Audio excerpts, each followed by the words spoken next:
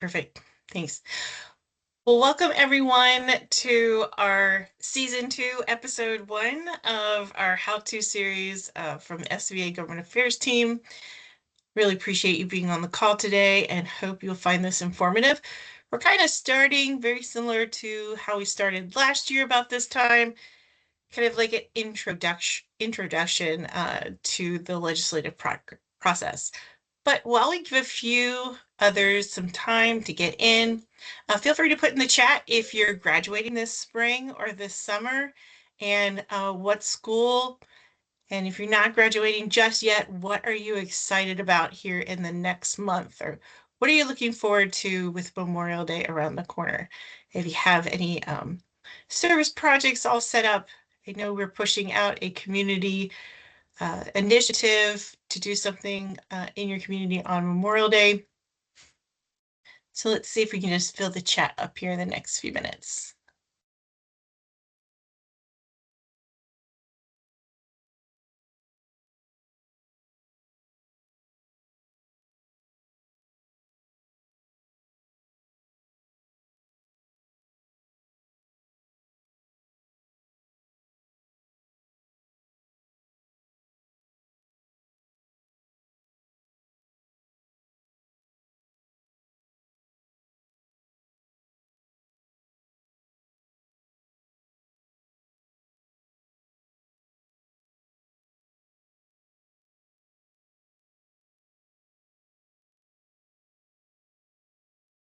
I know I see some dancing dots. Oh, I just went right out there. All right. Getting some people putting some things in there. Well, as we go along this afternoon, feel free to go ahead and keep putting some messages in the chat. If you have any questions, we'll have time throughout to direct some time towards those questions. If not, we kind of save a big chunk of the presentation at the end to do so. So Faisal, can you go ahead and forward the slide for me? So real quick, my name is Tammy Bartlett, Vice President of Government Affairs for Student Veterans of America, and I am here with Faisal Solman, Legal Fellow for SVA.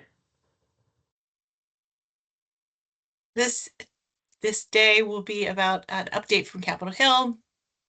Like I mentioned, season 2, episode 1, the legislative overview, followed by our fireside chat, Google Career Certificates, SVA scholarships, and question answer time at the end. So what is going on at the Hill? Well, they've been very, very busy. We've had some House Veteran Affairs Committee hearings. One was a full committee hearing just last week, talking about disability claims backlog. Then there was an Economic Opportunity Oversight Committee hearing on VR&E programming, looking at the review of the purchase history.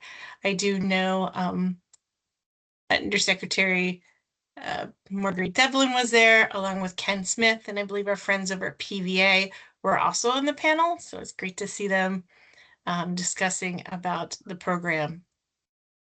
The House Education and Workforce Committee will be having, or had a hearing, about building AI. What does that look like and how does it impact workers and employers going forward? And lastly, a Senate Veteran Affairs Committee held a full committee hearing just last week about justice-involved veterans. So if that's something you're interested about or want to know more information, I highly recommend seeking out that YouTube video from the hearing, and then also checking out the written testimonies that were submitted prior to the hearing. Now, I added this little section in here so you all can see the impact of the advocating work that you are doing. But you'll see here the next few bills that we had as our talking points during Washington Week. So HR 1965. Sorry, I have to mute a notification. HR 1965, the Veteran Education Assistance Adjustment Act, is a book will adjust to $1,400 annually and then codify inflation. I did not add the Senate bill, but also Senator Duckworth has introduced a very similar bill on the Senate side. So as you can see, the actions that we've had so far for this bill, if you scan that QR code, it will take you to the VFW SVA Legislative Fellow Action Alert for this bill. And you simply have to add your name and address. It has a pre-formulated letter in there that would go to your member of Congress asking them to support this bill. By the way, that has 37 co-sponsors, and it's been upticking every day. So it's great to see the movement forward on that. Next is HR 5965, Student Veteran Work Study Modernization Act, that currently has 22 co-sponsors. As you can see, that is referred to the Committee on Veteran Affairs in addition to the Committee on Budget. That does have a monetary increase of hourly salaries for VA work study, hence why you see it also in the Budget Committee. 22 co-sponsors so far. Next is HR 6011, the VA Work Study Improvement Act, that will give modernization to the process of VA work study. From the application to the contract to the time cards. It will just bring everything up to speed versus the current slow process of having to print out the form, fill the form out, fax the form in. This will help speed up the process. And that has 22 co-sponsors. And lastly, HR 6358, the Veteran Education and Power Act. This is duplicating a pilot program that the Department of Education had for the CVIS grants, so the Center of Excellence for Veteran Student Success, pretty much to help support the veteran and military campus centers around the country. So far we have 40 co-sponsors, and as you see, it's been referred to the Committee of Education and Workforce. This one is in the House Committee of Education Workforce because it is a Department of Education grant and has that direct tie to the Department of Education versus the Department of Veteran Affairs, hence why it's in that committee. And I'll pass it on to Faisal to continue with our Congressional Counter and our how-to series today. Thank you.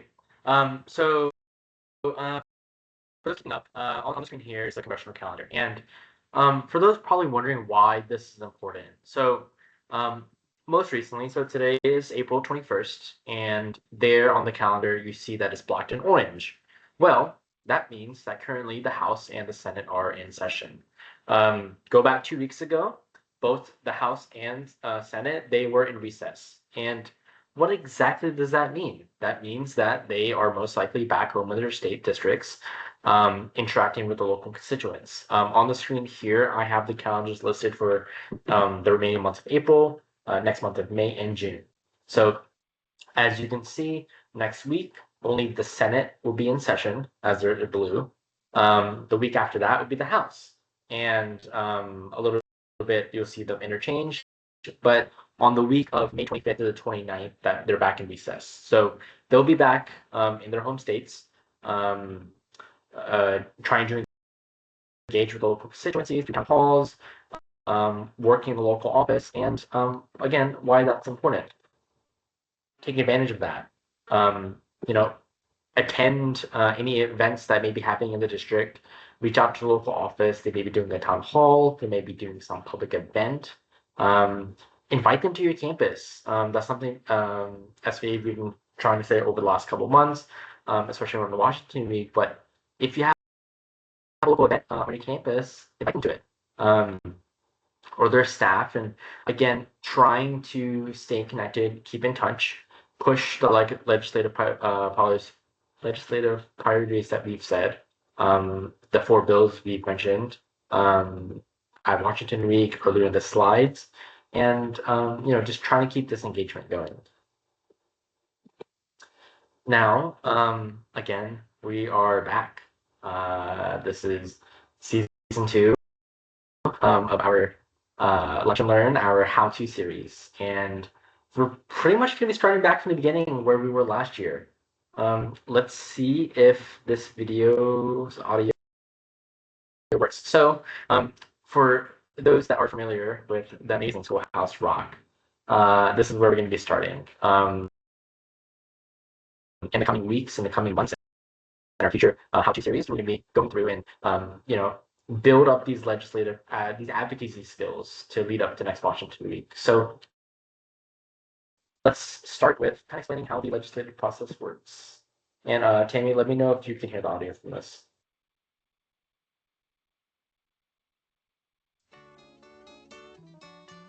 Woo, you sure gotta climb a lot of steps to get to this Capitol building here in Washington. Well, I wonder who that sad little scrap of paper is. I'm just a bill, yes, I'm only a bill, and I'm sitting here on Capitol Hill. Well, it's a long, long journey to the capital city.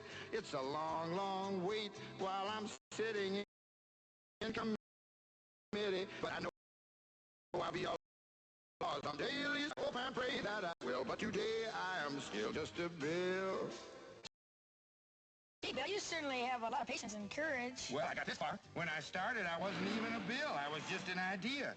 Some folks back home decided they wanted a law passed, so they called their local congressman, and he said, "You're right, there ought to be a law." Then he sat down and wrote me out and introduced me to Congress, and I became a bill. And I'll remain a bill until they decide to make me a law. I'm just a bill. Yes, I'm only a bill. And I got as far as Capitol Hill. Well, now I'm stuck in committee, and I'll sit here and wait while a few key congressmen discuss and debate whether they should let me be a law. I hope and pray that they will, but today I am still just a bill.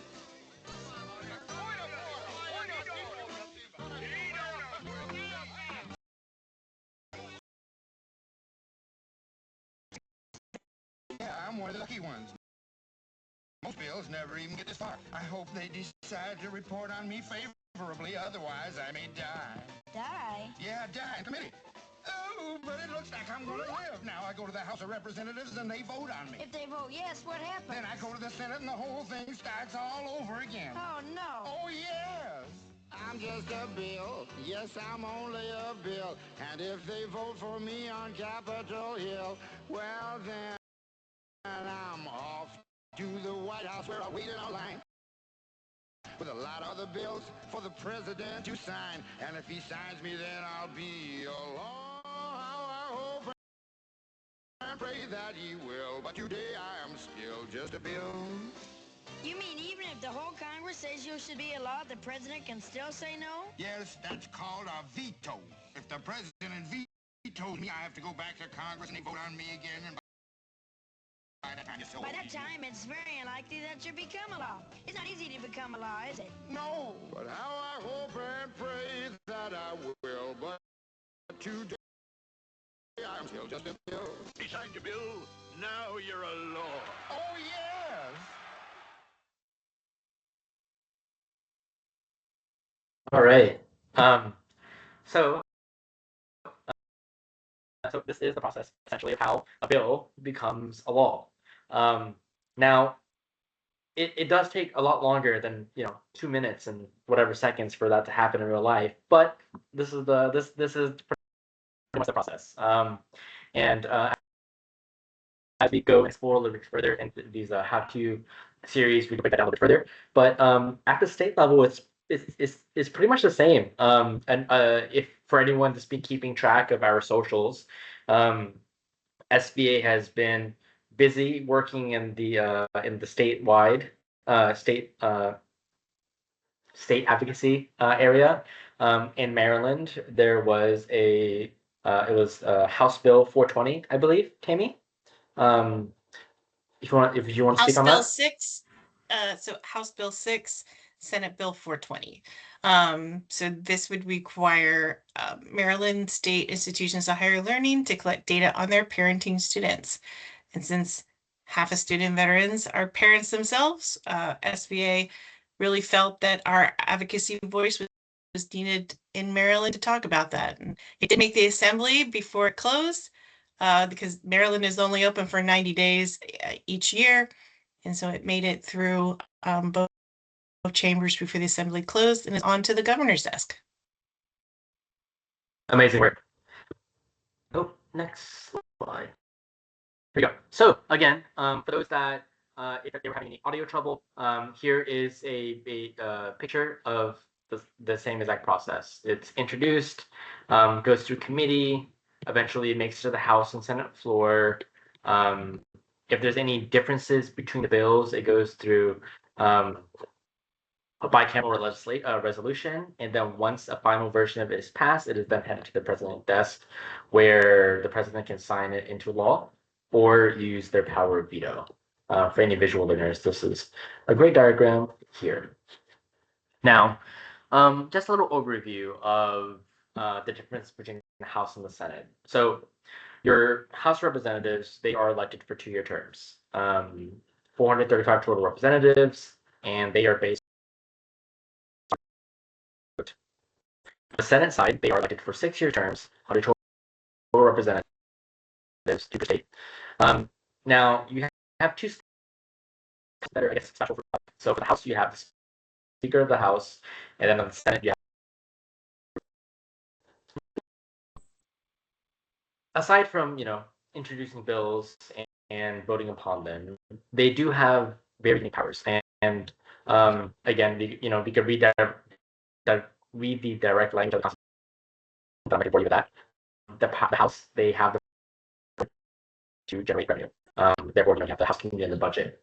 The Senate, they have special power preparing presidential and voting treaties. So any member of the presidential cabinet, they go process to the Senate. So, for example, Undersecretary Margarita Devlin, that we spoke of earlier on the that testified last week, she went through the process of having to go through the Senate and getting their votes in order to be nominated and then confirmed. Now, later on in this presentation, we'll be talking about the various committees. This presentation will only be focusing on the House Veteran Affairs and Senate Veteran Affairs Committee, and next week we'll be going down into further details of the other committees that SVA has had the pleasure of working with. Standing committee is a panel of members from both parties that typically focuses on a very specific topic. So in the case of Veteran Affairs, the members of the House Veteran Affairs Committee is comprised of House members that focus on veteran affairs issues. And depending on the committee, it can be broken down into subcommittees. In the case of the Senate, they also have a Senate Veteran Affairs Committee, but there are no subcommittees there. They just have different rules of how things work, and it's just different for everyone. So, we've spoken on, again, 4 pieces of congressional piece of legislation. And if you want to get more information, we highly recommend that you create a congress.gov account. So here I'm going to be walking you through how to do that. Go on congress.gov, and on the top right corner, there's a box that says sign in. And there you can create an account. Here, click create an account. Oh no, I think I'm missing the slides. Okay, and then once you create an account, you can figure out who your member of Congress is. There you'll be entering your address. And here is another page of what it will look like there. So for me, I enter my address, and it shows that my representative is Representative Connolly, and my senators are Tim Kaine and Senator Mark Warner for the state of Virginia. I'm going to click on Representative Connolly's. It's going to take me to this page. There, I can get alerts for any bills that he sponsored, co-sponsored, introduced, things of that nature. And another way you could look for bills is through searching for it. So going on congress.gov on the homepage at the top, you could enter in a house number. You could search using the bill numbers if you know it. And if you don't, and you're just looking to see what bills are popular in a space, you could look for keywords or use certain filters. Here, I'm going to be searching up HR 983. This takes me to the page here. On the screen, it shows the Montgomery GI Bill selected to preserve, Tuition Fairness Act of 2025, and at the bottom there, there's some more information. But how do you read that? It's alphabet number soup, and this is how you're gonna break it down. So this red box here, HR 983, it was introduced in the 119th congressional session. The next line is voting. HR 983, the name is the Montgomery GI Bill, selected to preserve Tuition Fairness Act of 2025. On the next line, it was introduced by Representative Van Orden, Republican out of Wisconsin, District 3. This bill was introduced on February 5th, 2025, and currently, at that time, when I took this photo, it had zero co-sponsors. Here, it tells you what committee the bill is in. It is currently in the House Veteran Affairs Committee and the House Armed Services Committee. As of April 7, 2025, there was a motion to reconsider the bill, and that giant table earlier for HR 9, the bills we talked on, has a whole list of actions of where this bill is moved. And for those that are visual, here's a visuals tracker of the bill stage. So currently, this bill has passed the House, and eventually it's going to be introduced into the Senate so that I can put it on there. Something we always, and there you could pick what you want. So if in the case of HR 983, if you want to learn if there's any additional co-sponsors, any actions, whether this bill is passed the House or Senate, whatever, on any other bill, this is where you do it here. They'll email you as many or as little as you want, depending on your filter preference here. For me, I am tracking these bills, and I would want all of it, so I'm going to hit all the filters here. Once you confirm, you'll be getting that. Now, we're going to be talking about the various cases here. In this case, we're focused on the House Veteran Affairs Committee. On this page here, Congress. Click down, it tells you like what other special committees, but for the sake of this presentation, we're not going to focus on here. So I'm going to go in the House Veteran Affairs Committee. Here, that will take you to the Senate Veteran Affairs Committee. Here is the House Education and Workforce Committee, Health Education and Health Education, Labor, and Pensions Committee, also known as Health Committee. And here are the pages. Once you click on their pages on congress.gov, you can also sign up for alerts and, again, be flagged of any piece of legislation that was introduced, any co-sponsors, as many or as little alerts as you want, depending on your preferences. Here, by clicking there, you take on directly to the website. And here's a screen grab of what the homepage of their website here.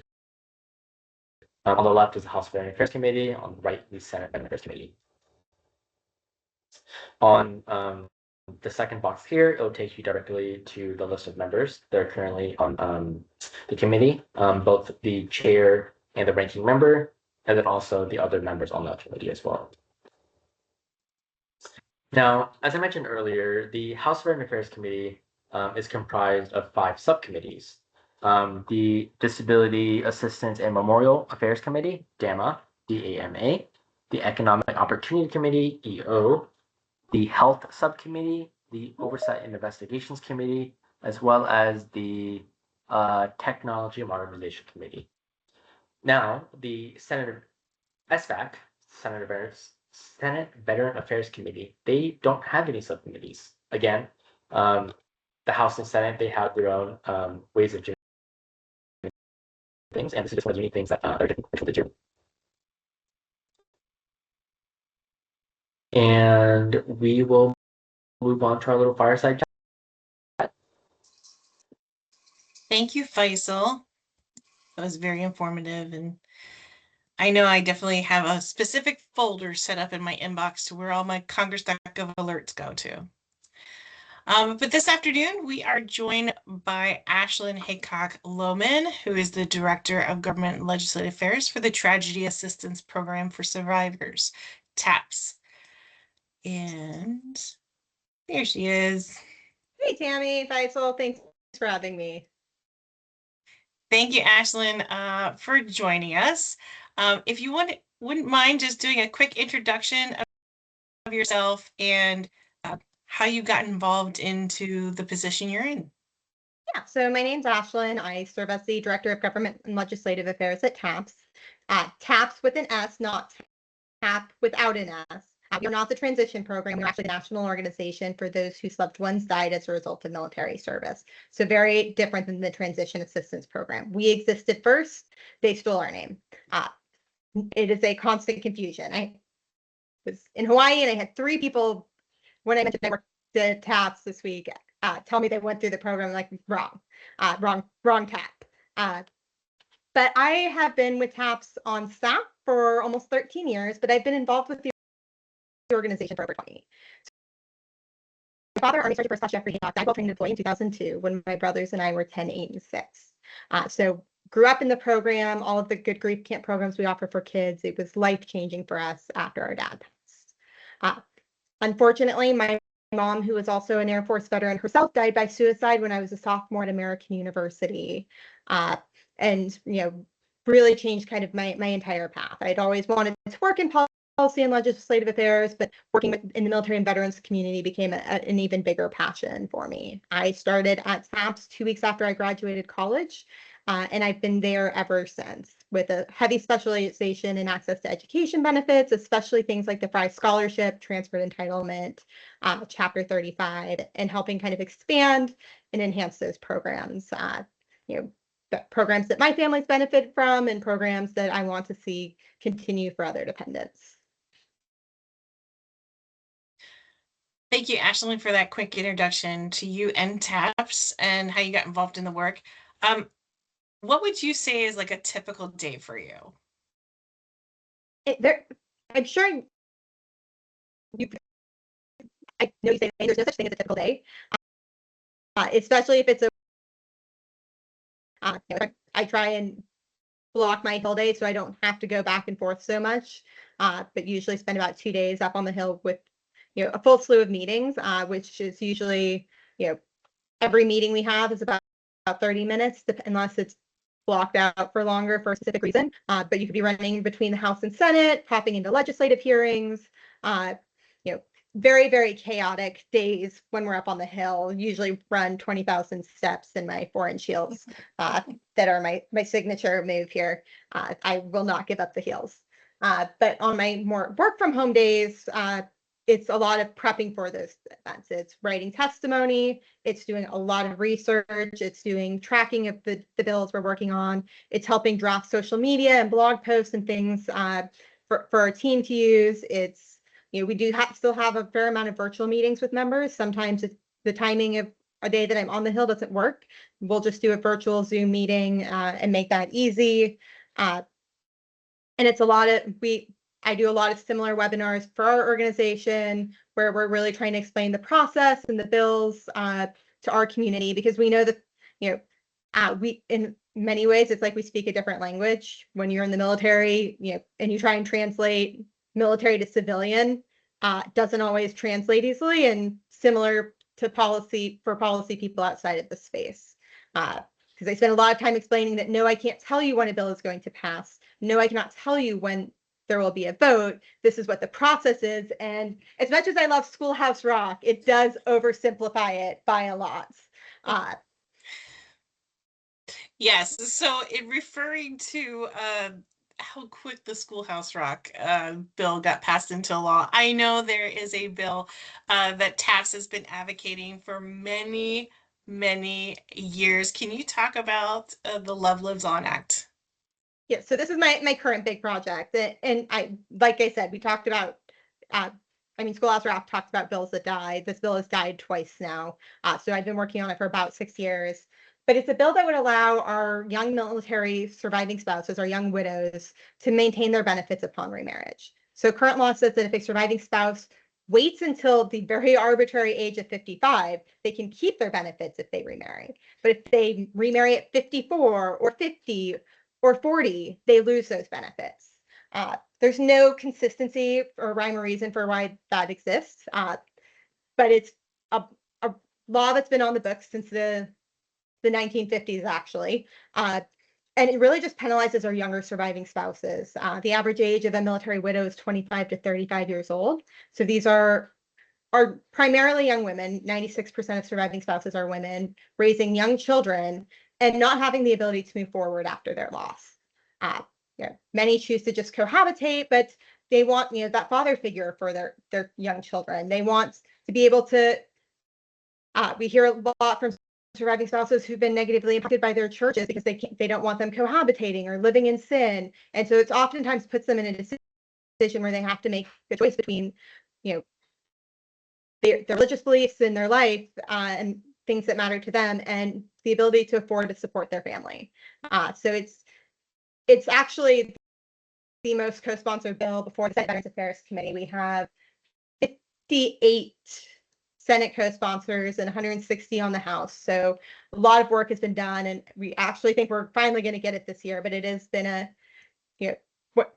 it takes a while to get a bill done. It's not even the longest I've ever worked on a bill. I worked on a bill for over 20 years, but there's a patience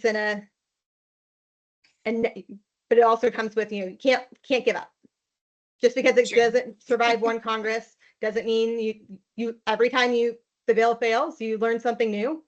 How can I remessage? How can I what worked, what didn't, what was working before? How do we keep moving along? And that's kind of the hard part oftentimes, because it feels like a failure, but it's also a learning experience.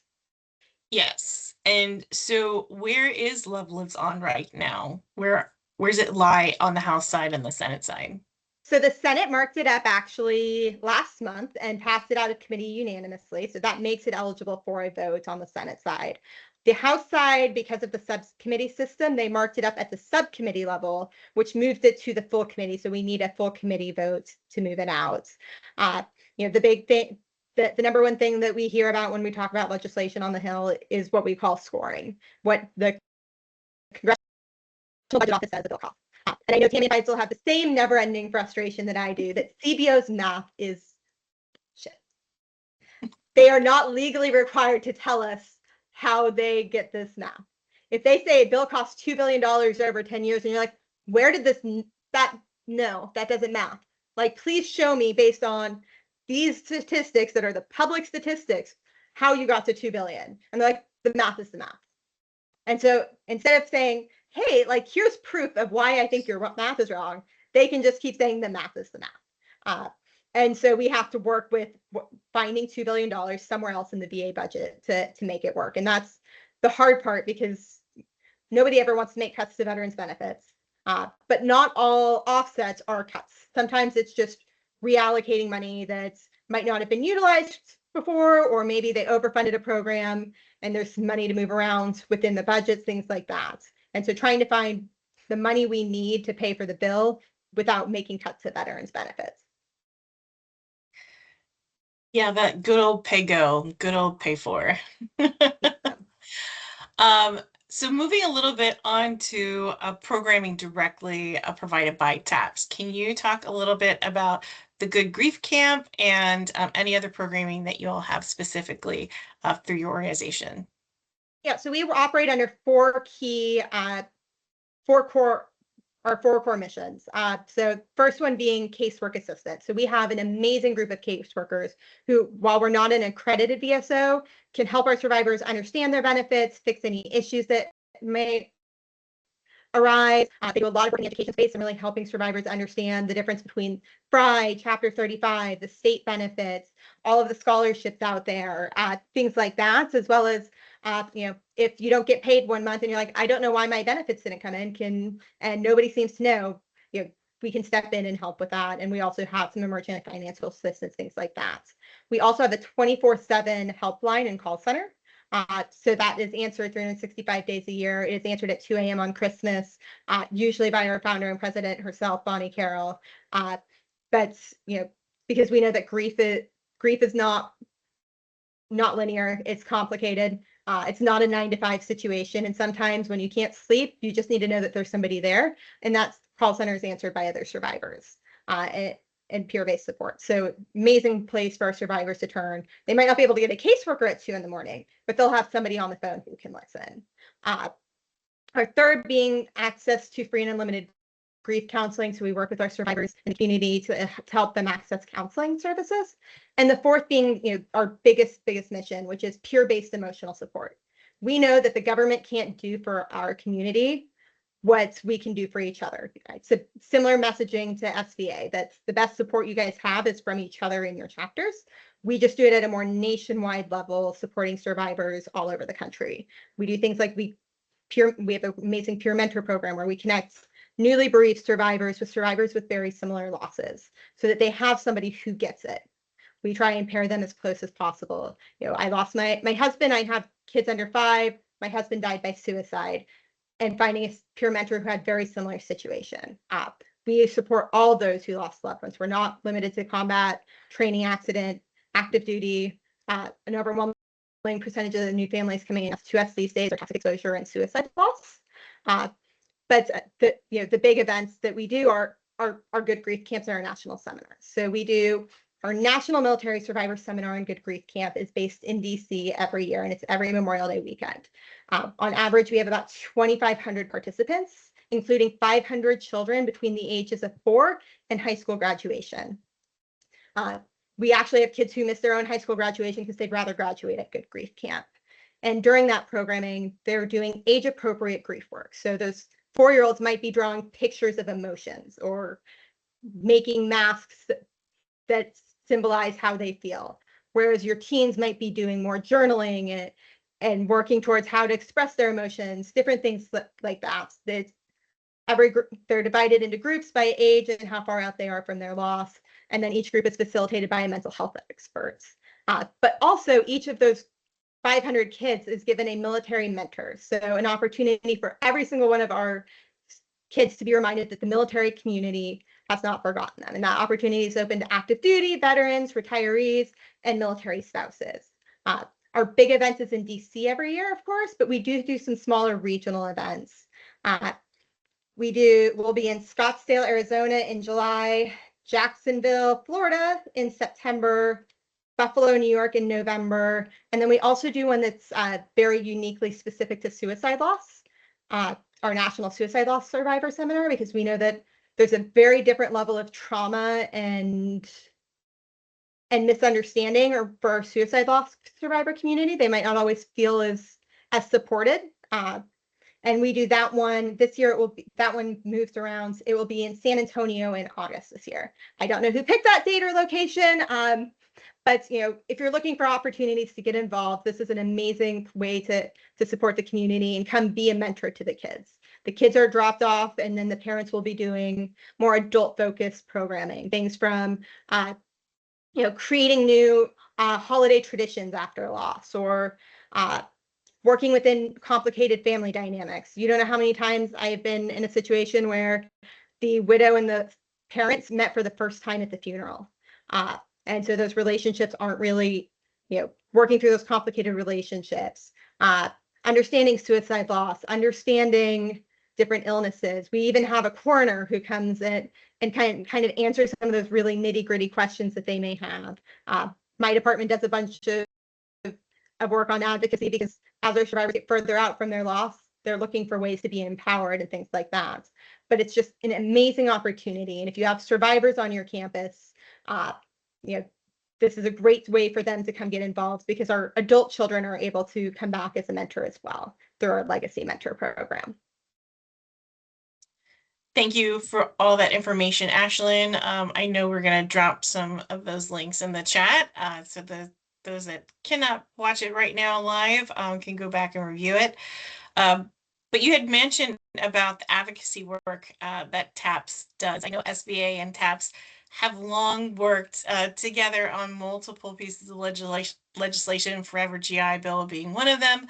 And then just like you and Candace and Faisal and I, we are small teams, and we often rely on our community when we have Hill days. And I know Faisal and I have had the opportunity to come along multiple times to the Hill to be with the TAPS groups that are seeing their members of Congress, and just being able to introduce and kick off those meetings. It's great to have that advocacy connection. Do you want to add anything more about the advocacy days that you guys have on the Hill? No, I mean, we do a huge push. We have about 150 survivors come every September. We align it with Gold Star Family Remembrance Week and Gold Star Families Day. So it's a beautiful opportunity. But the big piece being is just like SVA does their events, these similar events, and we've always been there to support them where we can.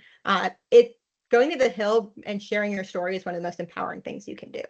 That's always kind of the takeaway we get back from everyone who participates is that they feel empowered, they feel heard, they feel like their story matters, and that somebody listened, that their story changed someone's opinion about an issue. And it's a reminder that every single story from our veterans, our survivors, our military community is significant, and that it matters. And if you haven't done any of the SVA Hill Days, or if you have survivors who you think would love to join our TAPS Hill Days, please encourage them to do so. Yeah, great. Thank you for that, Ashlyn. Last question. What advice would you have for veterans, military-connected students, family members, caregivers, survivors, allies that are involved in an SVA chapter, but may be looking into also getting into grassroots and advocacy? Do you have any advice or any networking tidbits or tricks? I always say if you have the opportunity to do an internship, paid or unpaid, especially either on the Hill or in your like local district offices, you will learn more and be humbled more from those experiences than you would going into an entry level position, sometimes straight out of the bat. Hill work is hard. Policy work is hard. My brother was a staff assistant for Senator John Tester on January 6th. I listened to some of the phone calls he got, and it was the way people talked to him and treated him was terrible. But he also learned a lot about communication skills, really finding his own voice. It might seem like an internship or a fellowship is, not where you want to start, but they also say if you do can do 2 years on the Hill, you can pretty much survive anywhere. And it gives you kind of a brand new perspective on, not just the government, but also it's great for your own personal growth. Yeah, I think it gives you a humbling experience on both ends of the spectrum. Also, something SVA promotes very hard is just seeking out opportunities to use your VA work study. So those that are utilizing VA education benefits, you can do a VA work study within a congressional office, locally or in DC. So it's a great way to use that program. And there's nothing wrong with being a 40-year-old intern. Like, I think that's kind of the discouraging piece for so many people. I mean, Tammy, you interned for SVA a little later in your career. Yes. And look where you are now. Sure did. Thank you for that. I'm going to open up for some questions for Ashlyn while we have her here. If anyone want to raise their hand or pop off mute. Kind of have a little bit of a quiet group today. But if not, and you may be thinking, I think Ashlyn looks familiar. Ashlyn does attend NACON every year. I think there's been 1 year you missed, and that was last year. But she always attends NACON and is on our VSO MSO panel. And so we really appreciate your dedication, not only to attend NACON, but to continue to support SVA. And if you do have any questions about survivor issues or things that you didn't necessarily want to ask here, I will put my email in the chat box, and please feel free to reach out. Well, thank you again so much, Ashlyn. Greatly appreciate you being with us this afternoon. Of course, thank you for the opportunity. I appreciate it, Tammy. Thanks. All right, Faisal, let me unpin everybody.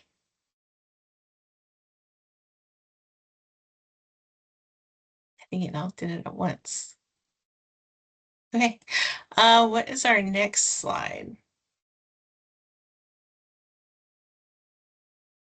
All right, Google Career Certs. So if you haven't heard, SVA has been given the opportunity to help share out Google Coursera courses, these professional certificates. I myself have gotten a few on AI and project management. Been able to share it out on my LinkedIn. But if this is something that you're interested in, maybe you do have an internship over the summer and, looking for a free opportunity to continue learning, this might be for you. We can go ahead and have you connect the info with our Get Started Today, and then Chad will be back in check with you. And again, maybe it's not your turn, maybe you're graduating, which would be a great opportunity to just keep learning, but also spread the word. And so we can help others just level themselves up. And did I mention it's free? Faisal, I'll let you take this one. Yeah, of course.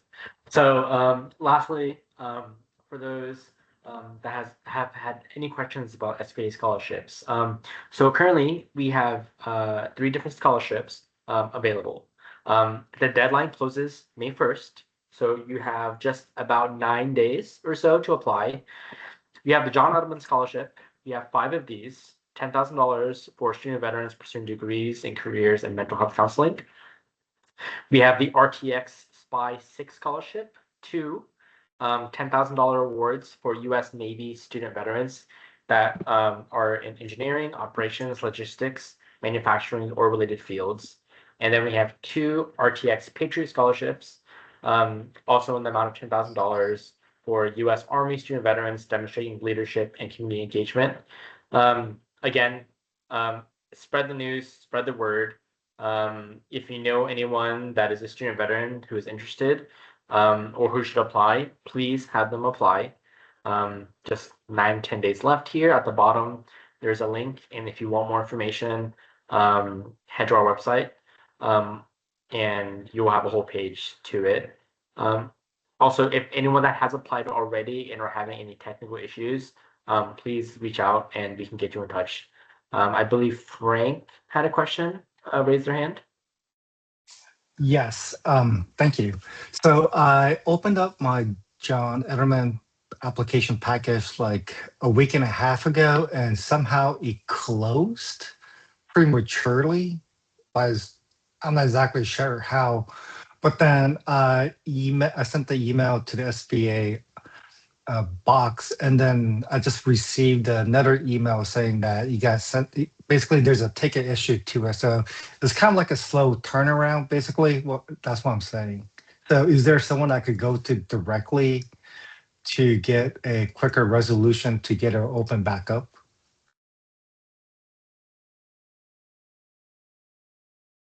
I can share Tasha's email with you. Okay.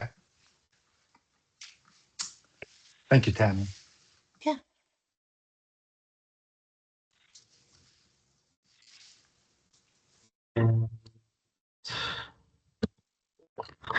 Lastly, just to wrap up the presentation, if you yourself are having any issues or know someone that may be having an issue on your local community or campus, and if you think we can help, please reach out.